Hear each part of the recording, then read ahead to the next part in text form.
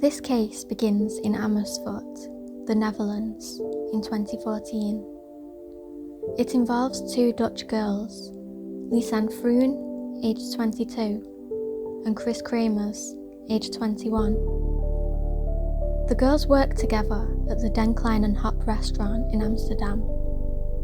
They had been working endlessly and saving for 6 months to go on the journey of a lifetime to Panama, where they had intended to stay for 6 weeks with a host family, volunteering to work with the local children and learning Spanish along the way. Unfortunately, this much anticipated trip would take a turn, with sinister events leading to many unanswered questions. Possibly the biggest: what went so wrong that these two girls would never be seen alive again? Lisanne Froon was described as aspiring, optimistic, intelligent, and a passionate volleyball player, the more reserved of the two friends. She had graduated with a degree in applied sciences from Deventer the previous September. Kris Kremers, on the other hand, sparkling and extroverted, being described as open and creative, with striking red hair. She had just completed her studies in cultural social education, specialising in art education at the University of Utrecht. This trip had been intended to be a reward for Kris for graduating. Kris had developed a love for South America after a holiday in Peru with her parents, and had encouraged Lisanne that this is where they should travel. On March the 15th, 2014, the much anticipated day had arrived. The girls headed to the Schiphol airport with their families, where they would say their goodbyes, unknowingly, for the last time. As you can see from the photos, the girls were excited to begin their holiday, with weeks of freedom and exploring ahead. The girls first boarded a plane from Amsterdam to Costa Rica. From there, they travelled to Bocas del Toro. The girls first visited the coast of Panama and had a good time, learning Spanish, enjoying the beach, food, drinks, sightseeing, and dancing in the evening. It was here that they met two Dutch young men, who they spent a lot of time with during their first few days. When Kris and Lisanne arrived in Phuket 2 weeks later, on March the 29th, a city close to the western border in which they would be staying with their host family, they travelled to the school where they would be volunteering. It was at this point where the staff told them that they could not yet begin work that week as planned. Lisanne had stated in her diary of their disappointment at being sent away, and had also commented on how rude the staff members had been to them. The girls had planned to stay with a local host family in Alto Phuket for 4 weeks. Miriam Guerra often houses international students, and had a room for the girls with its own entrance, separate from the main home. Miriam described the girls as smart and shy. She stated that in the first evening there, Kris had read a book in the girls' bedroom, whilst Lisanne kept Miriam company in the living room. Despite not speaking very good Spanish, Lisanne had managed to explain to Miriam that they didn't yet know what to do with their newfound free time. Miriam recalled that Lisanne had coughed a lot as she was asthmatic. She had also not been feeling too well and had a sore throat. Miriam brought them breakfast into their bedroom on Sunday, March the 30th, their second day in Phuket. She had learned that the girls had planned to walk around Phuket to learn more about the place. Photos show them out and about in Phuket that Sunday. They were back home before the sun set. On April the 2nd, the girls had booked a hike with a local tour guide to guide them through the famous Pianista Trail, a popular hiking trail amongst tourists to Panama. However, as the girls had no plans for the 1st of April, they decided instead to go ahead with the trail a day early, without the tour guide. The Pianista Trail brings walkers to a summit at around an 8-kilometre distance from Phuket. passing cloudy jungles and waterfalls along the way. A local taxi driver is said to have picked them up and brought them to the start of the trail. The taxi driver declared that he dropped them off at some time in the afternoon, around 1:30 p.m, but the clock on their digital camera suggests that they began the trail at 11 a.m. This is only one of the many inconsistencies in this sinister story. Lisanne and Kris wore light clothing on that day, consisting of shorts and tank tops. They had brought one small bottle of water between them, indicating that they had only planned to be out for a short while. Residents at the start of the trail have later declared that they warned the girls not to walk up there by themselves, but the girls waved away their worries. There was talk that the girls had also taken along a local dog for company. This dog had belonged to a local restaurant owner. Suspicion later rose, however, when the dog later returned to Phuket that same day without the two girls. When their guests had not arrived home that evening, the host family searched the surrounding area of their home but found no sign of either of the two girls. Giving them the benefit of the doubt, the host family decided that they would wait until the morning to continue their search. As stated earlier, Kris and Lisanne were scheduled with a local tour guide for a private walking tour of the national park near Phuket the day after, April the 2nd. However, they never showed up for this appointment. It was then that this tour guide went to look for the girls at the nearby host family where they were staying. Realising that the girls were now missing, he and a staff member from the language school contacted the authorities, who then contacted the girls' families. The next morning, on Thursday, April the 3rd, authorities are said to have conducted an aerial search of the forest, as well as a foot search with the help of local residents. The families of both Kris and Lisanne hadn't heard from their daughters since April the 1st. Before that date, the girls had been in daily contact with their families back home. Hans characterises his daughter Kris and her friend as responsible, down-to-earth girls who did not easily run into trouble. If they deviate from their plans, they had always let their parents know. Tensions ran high as a humid climate with hills and mountains on the Pianista route offered up heights of 1,250 metres, spread over 3.2 kilometres.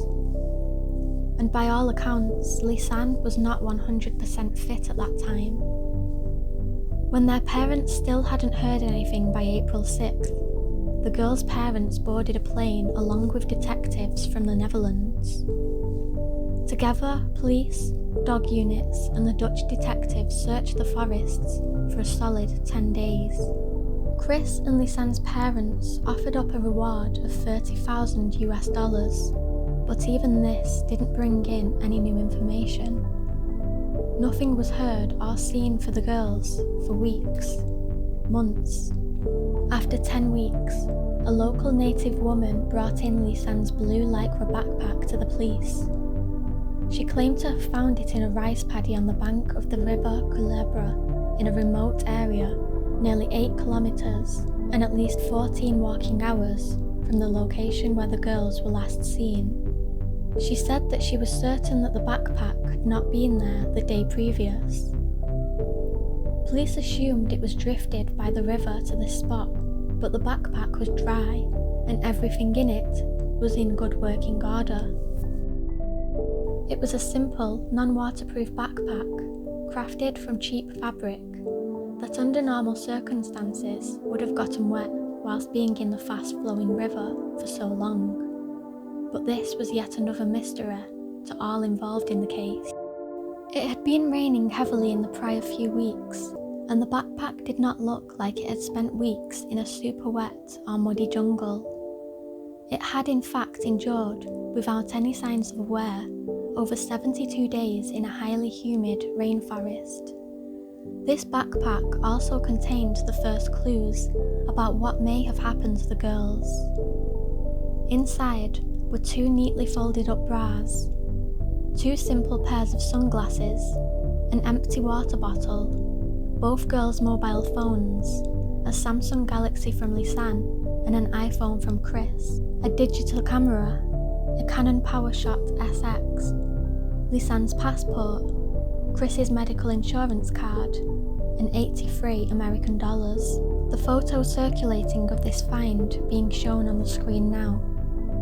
It shows a memory card from the digital photo camera, and next to it, what looks like a battery from the same camera. Above the black bra, you can also see what looks like a wrapped up sweet, perhaps a cough sweet. And the sunglasses with the coloured rims match the ones in which Lisanne can be seen wearing in other photographs. It is stated that as many as 34 different fingerprints were found, 13 on the backpack, 12 on the phones and the camera, as well as 6 different ones on the bras. Researchers could determine that 2 of the fingerprints were from 2 unknown women, and that 1 DNA sample contained genetic material of 2 unknown persons. However, no leads were followed up in reference to the native individuals. The data on the mobile phones now allowed investigators to gather a sense of what unravelled on the day that the girls were last seen.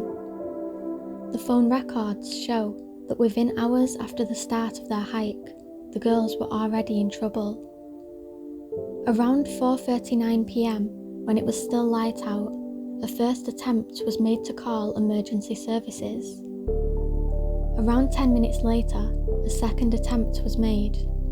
They used both the Dutch emergency number 112, and they later also dialed 911, which isn't only the American emergency number, but also Panama's emergency number for ambulances.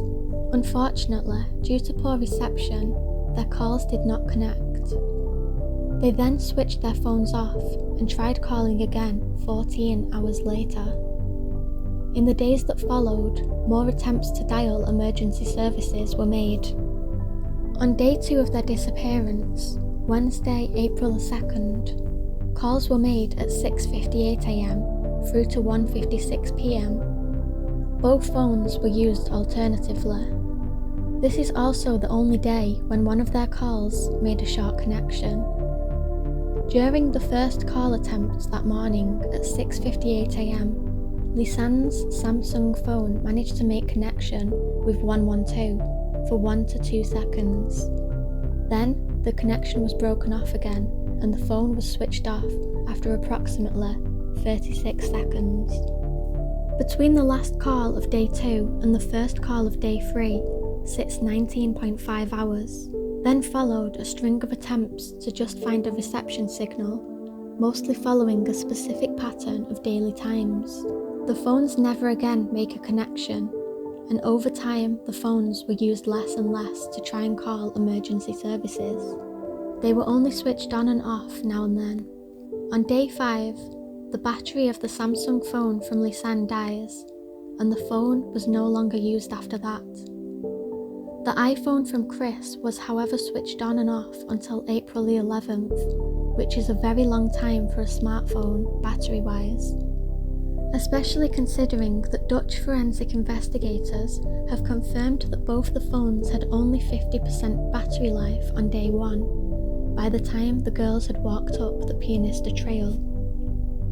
Then suddenly, on day 11, on April the 11th, Kris's iPhone was switched on again at 10:51 a.m. and stayed on for 1 hour. This is the last time that it would be used. Also important to mention, on day 6 when Lisanne's Samsung Galaxy battery had died, there were suddenly multiple attempts to activate Kris's iPhone. However, the wrong PIN code was entered several times, indicating that Kris was no longer able to operate her phone or did not have possession of it. Overall, there were 77 wrong attempts to access the phone. Then there was the digital camera in Lisanne's backpack. The camera was also found in good condition with remaining battery life, and researchers were able to view around 133 consecutive photos. The first photos showed the girls in good spirits on April the 1st. confirming that the women had taken the Pianista Trail. The girls took photographs of each other and the weather was good, sunny and clear. These first photographs show them walking up the Pianista Trail. Then the next set of photographs on the girls' camera established precisely that they had been at El Mirador, a lookout on the El Pianista Trail at the summit of the Continental Divide. Experts have said that they could determine from the sun's angle that these photographs were taken at approximately 1 p.m. But there is some controversy about these times due to multiple witness statements, placing the girls at around 2 p.m. at the start of the Pianista Trail. Normally, tourists turn back around at this lookout point at the top of the Pianista Trail to walk the same path back to Phuket. These days, there are signs placed at the top warning people not to continue walking further without a guide because of the treacherous terrain ahead. We don't know why the girls didn't just return to Phuket the same way they had came. We can only see from the photographs that they kept taking, showing that they wandered on to what is called the Caribbean descent. Not that walking on was some sort of abnormality or risky business. The trail is used by locals and their cattle and tourists alike to see more local beauty spots, from natural tunnels to streams and a small waterfall and cable bridges. But it was not the way back to Phuket, but instead a road further away from it. Photograph 491 shows Kris with a stern look on her face, holding a water bottle in front of her. This one is taken a little before the summit. Image 493 is said to show the trail up the El Pianista, around 700 metres before the highest Mirador top. It was taken at 12:42 p.m. Then follows a string of selfies on the Pianista summit. Image 499 is the first confirmed next photo number linked to a specific photograph, and it shows Lisanne smiling on the top of the mountains, the Mirador, at 1 minute past 1 p.m. Some people have commented on the strange way in which her body seems stretched in this photo, as though out of proportion, making some believe that photoshopping has been done on this photograph. A Dutch photo specialist has looked into this case and has told of the extent of photoshopping he thinks he detected on the leaked photographs of the girls on their trip. 6 seconds later, image 500 is taken. It is not known how the clouds can look so different between both photographs, even though all images at the summit were taken within a 6-minute time frame. By the time they were done taking summit selfies, the girls did not return back to Phuket. Instead, they continued to walk on, past the summit. Image 505 shows Kris with her arms folded behind her back, looking around. This one is taken after they walk straight on, further into the jungle. The time is now 1:20 p.m. Around this time, the connection of their mobile phones was cut off as they had ventured too far from the summit.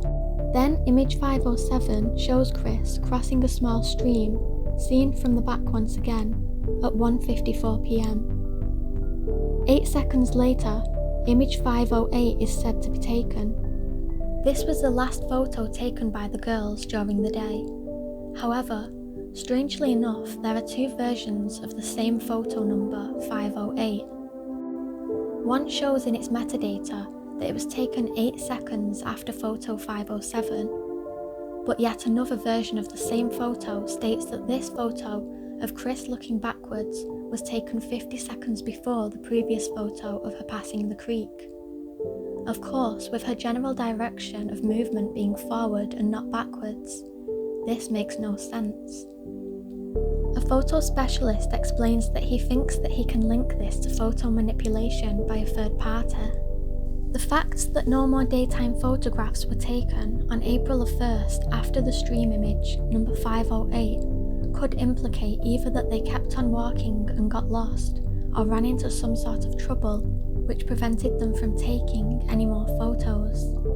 With the sun setting at 6:40 p.m. that day, this meant that Kris and Lisanne should have turned around to walk back to Phuket at 4 p.m. at the latest. although this would have already been risky and 3 p.m. would have been a better time in fact. It could even possibly explain why the girls kept walking after having reached the summit, believing themselves to have plenty of time at 2 p.m, but panicking at 4:39 p.m. The Pianista Trail is a clear path, but once you walk on, paths eventually become small trails, poorly maintained, and the jungle closes in. But not unless you walk on for a very long time. Initially, the ongoing path is clear to follow and surrounded by stone walls that make it impossible to divert from this one and ongoing trail. Many believe that the reason why Kris and Lisanne started calling emergency services shortly after 4:30 p.m. whilst it was still daylight may be because they were being followed by someone who forced them deeper and deeper into the jungle. Because if they had been lost at that point, the obvious and most logical thing for them to do would have been to simply turn around. There was only one path to follow, so why didn't they? These are the last photographs for a long time, because for a whole week afterwards, no more photographs were seemingly made with the digital camera.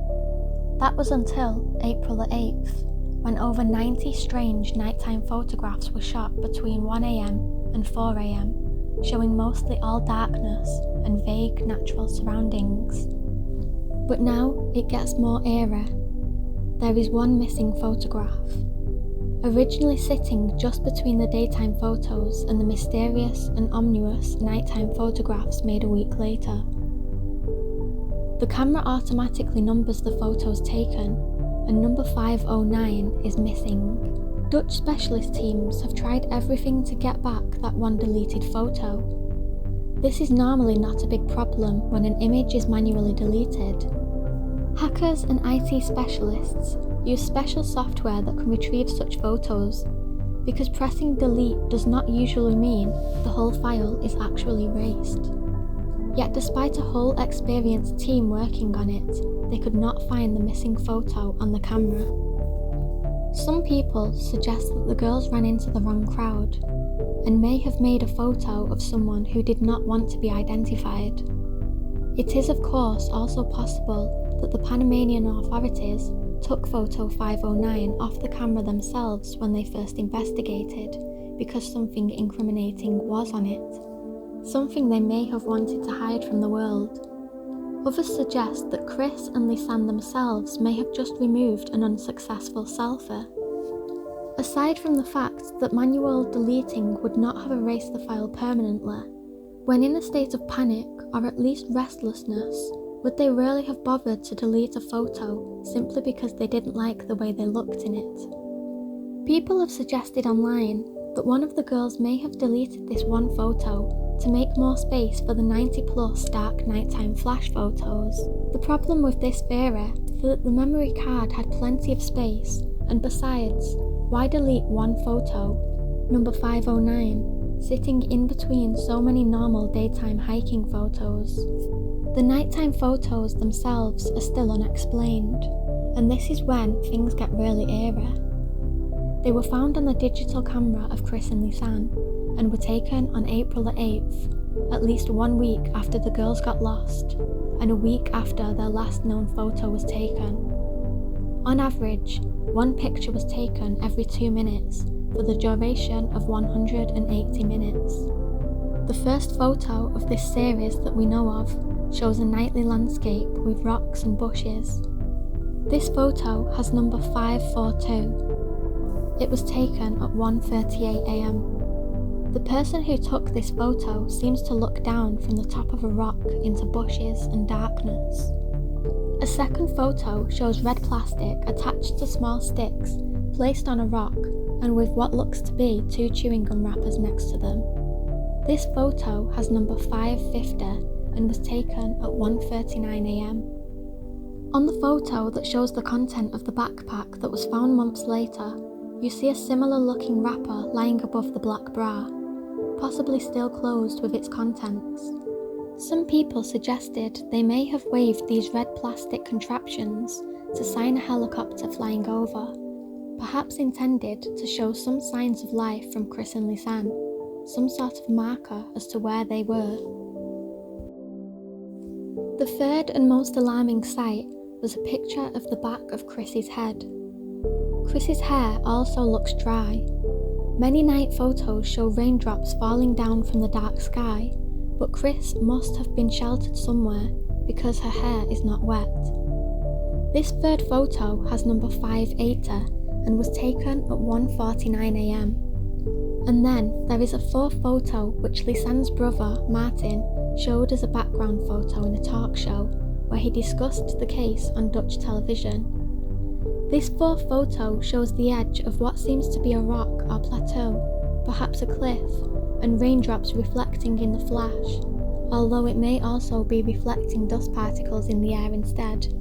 After all, the camera lens seems clear of any water drops. And finally, there is a fifth photo. It surfaced years later in 2016. It is a photo where the flash lights up pieces of scattered around toilet paper, a mirror and a strap. They are all placed on a rock. It was Jeremy Crite, the Daily Beast journalist, who first printed this photo in his online article on the case. He wrote that the toilet paper was used to form some sort of SOS sign. No fully satisfactory explanation has ever been given for these pictures, although there are many suggestions made. For instance, that Lisanne was trying to capture proof of Kris's body and its location in the middle of the night. The leaked night shots make it clear that whomever took these photos did not walk around, but kept making photos of the same static place in nature. It is also possible that someone flashed the camera to attract attention from search operations, but helicopters did not fly in the depth of the night. Also possible, perhaps, is that the girls heard strange sounds in the vicinity and used the flashlight to scare off animals in the dark. Did the girls even take these photos themselves? We have no proof that they did. No selfies were made. We see nothing that identifies the person who made the photos. No distinguishable hands or hair hanging in front of the lens, for instance. What we do have is Kris's strawberry red hair being pictured, so at least she must have been there that night, right? That is, unless the photo times and dates were meddled with, of course.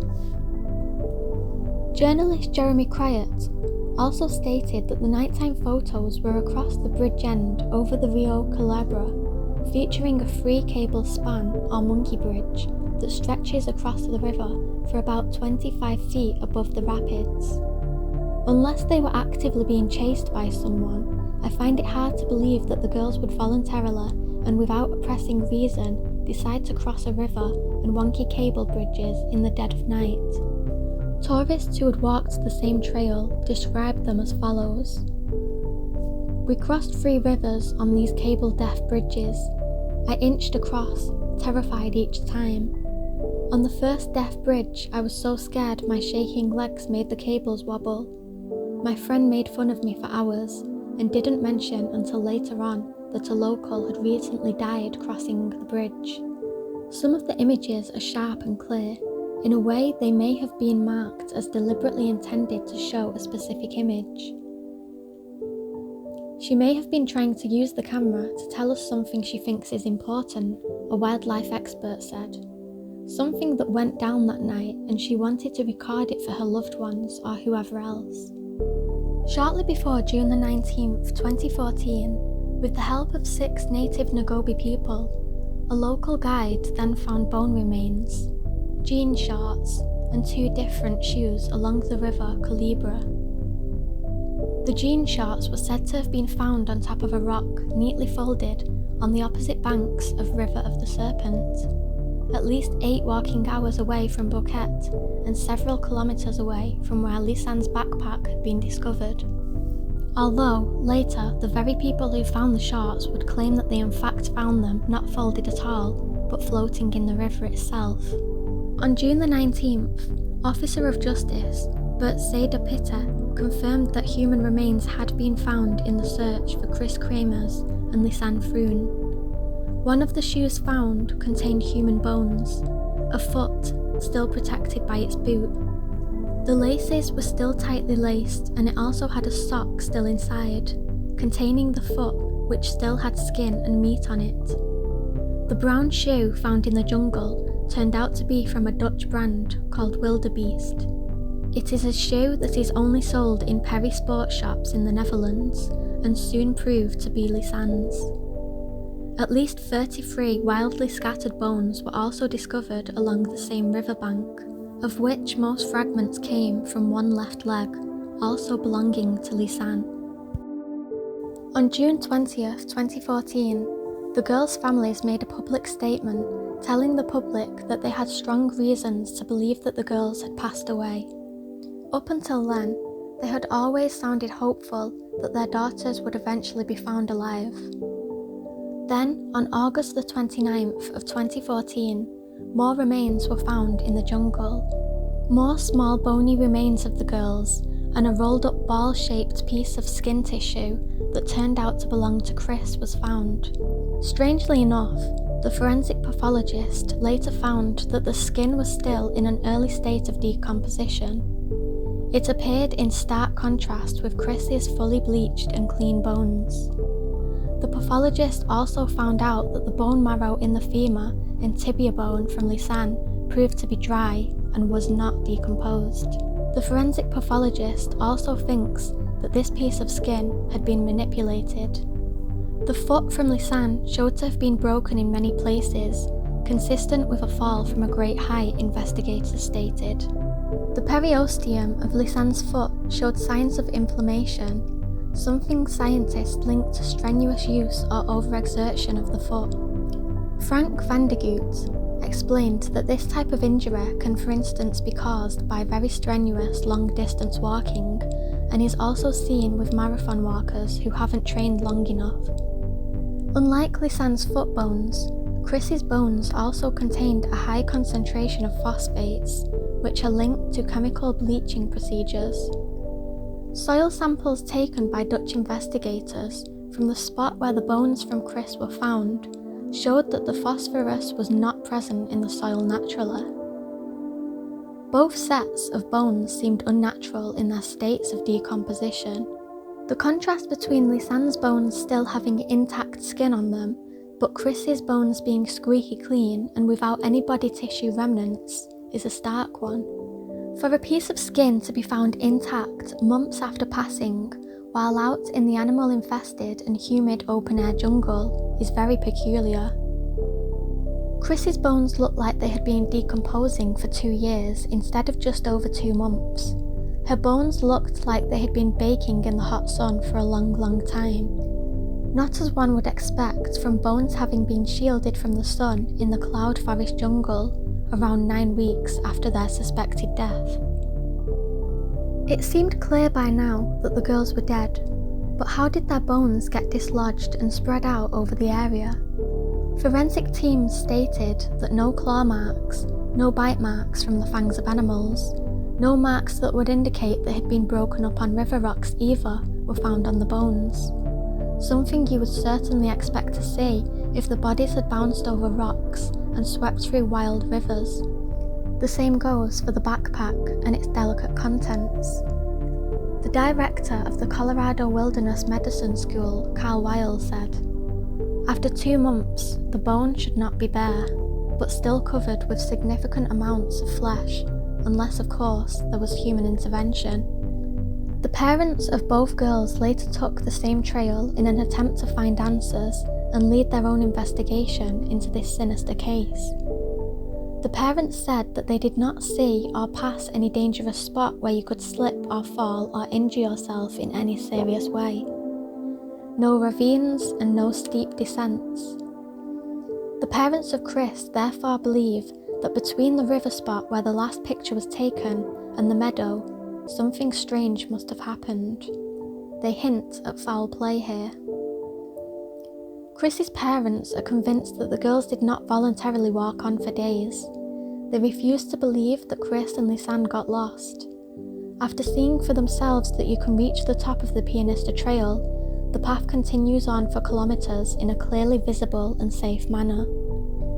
And by 4 p.m, the girls would surely have turned around and walked back down the same trail, knowing how long the walk up had taken them. Kris's parents do not believe that the girls would have ventured off the path. They wouldn't be so stupid. You'd really have to make an effort to get lost here, they said. We may not ever find out what happened to Kris Kremers and Lisanne Froon, but what we do know is that something went very wrong on that hiking trail, and whether the girls were injured, lost, or preyed upon in their vulnerability, what we do know is that a time that should have been one of the most happy and unforgettable in their lives will now remain a painful memory in the hearts of those that loved them.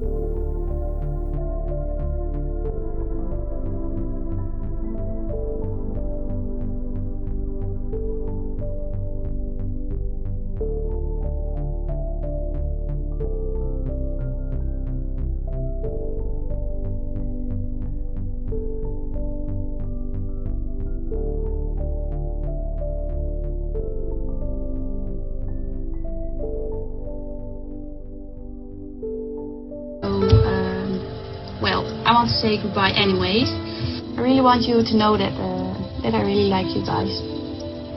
And I want to give you a hug, but I wish you all the best for the rest of your lives and stuff. And I'm really going to miss you.